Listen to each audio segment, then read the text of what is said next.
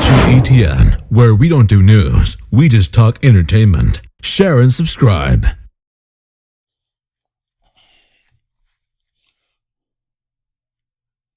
Hey guys, welcome to Entertainment Talk Nation. This is Rob. This video, we're going to do a short review and discuss Captain America and the first Avenger. Now, I know I'm doing all the phase one, and a lot of people are like, hey, well, if you do part one and then you do part two, and you're talking about Ironman, and I understand that.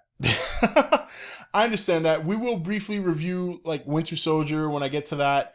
And, obviously at that point, there'll be very little discussion and speculation or room for that because of the fact that I'm going to be doing it here. But this is the movie that set the tone. This is the movie that started the Captain America character.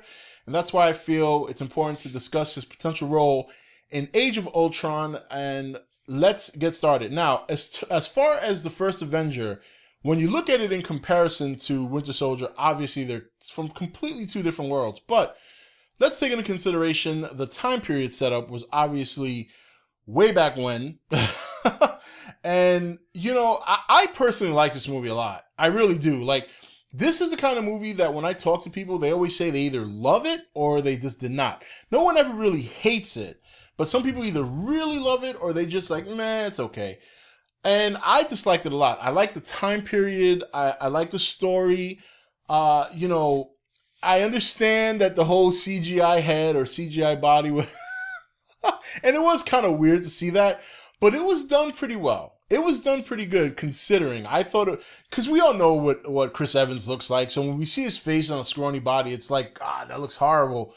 But to me, it looked good. I mean, I had a hard time believing it because I know what the guy looks like, but nonetheless, I understand where they were going with that.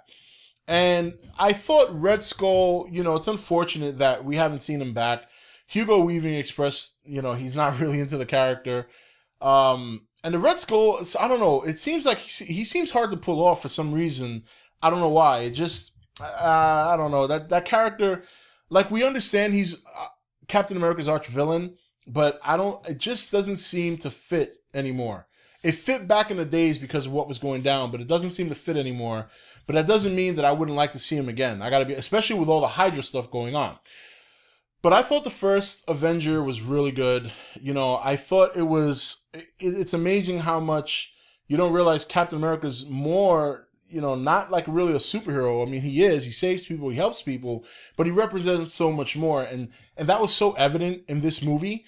From the time he started in the movie where he was just a poster boy to even towards the end, that no matter what, he became a symbol and he became a real hero, a real person. And he represented so much for that, in the movie for the country and for the military. And it would have been interesting to see what would have occurred or how things would have played out had he not been frozen. I mean, would we have gotten him years later? Who knows? We don't know if the super soldier serum, it obviously enhances human ability, whether or not it would slow down somebody's aging. Who knows? Obviously, he probably wouldn't have been part of the Avengers, but who knows how many things he could have prevented had he been around. So, and it's kind of a sad story too, because at the end, you see him go down, and obviously he was going to start this relationship with Peggy. And it's kind of sad because after he crashes and they show him wake up in the future, one of the things I always thought, in my opinion, was the most compelling thing about Captain America's story is the dreadfulness of getting up in a world you have no clue about, knowing that you've been alive so long, stuck in suspended animation or frozen rather, and everything in your life is gone. Everything in your life is gone. And how do you cope? How do you deal? And that's why I loved Winter Soldier, because Winter Soldier, they kind of showed that a little bit. We didn't get to see a lot of that after the first Avenger. We got to see him just kind of dive in and do his job. We didn't really get to see how he's been dealing with the new world. And we got to see that in Winter Soldier. And I think that's one of the best things about the movie, as well as his scene with Peggy Carter.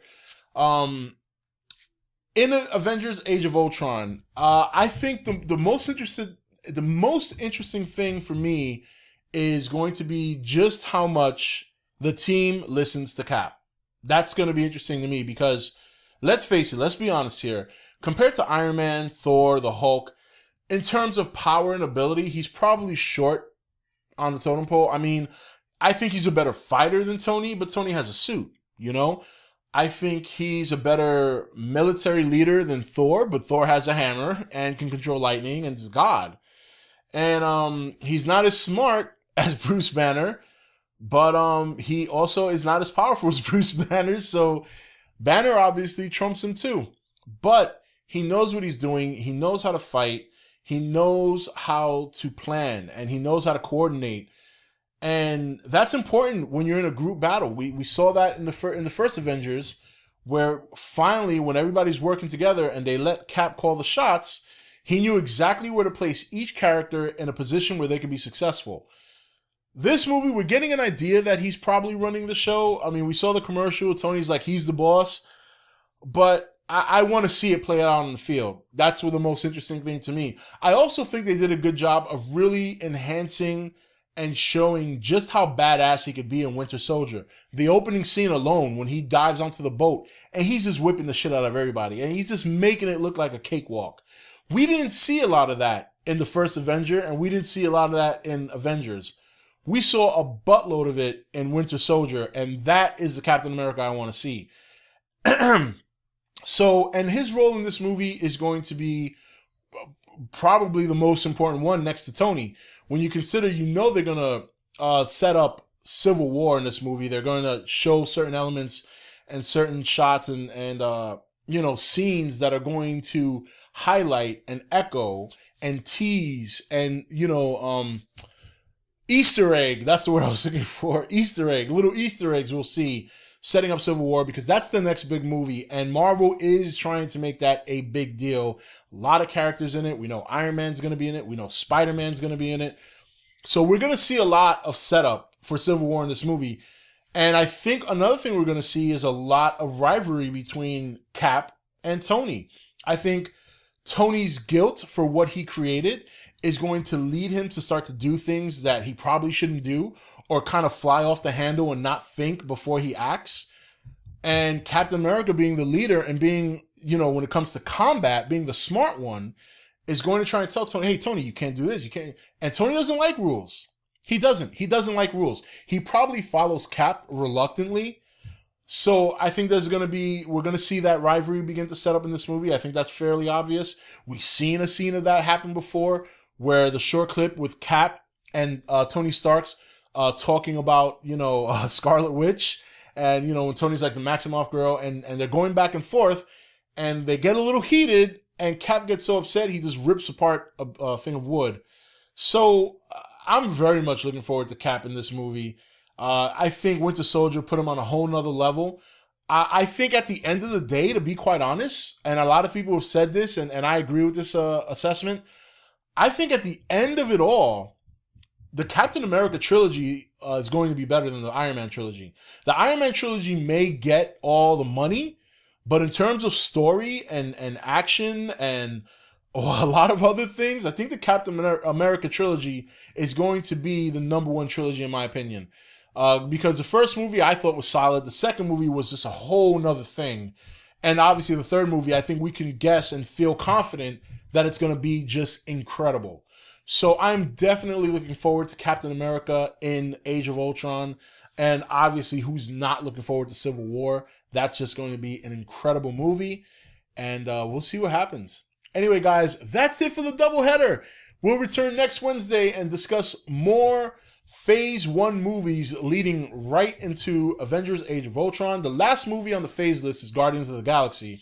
Then Age of Ultron was the next one, and then after that's Ant-Man. So Guardians of the Galaxy will end this March, but we still have a ways to go. This is Rob signing off for E.T.N, where we don't do news, we just talk entertainment. Take it easy. Thank you for watching E.T.N. Don't forget to comment, share, and subscribe. Join the nation's Facebook page to meet other subscribers or visit E.T.N's Facebook page and Twitter page. Links for all are in the description.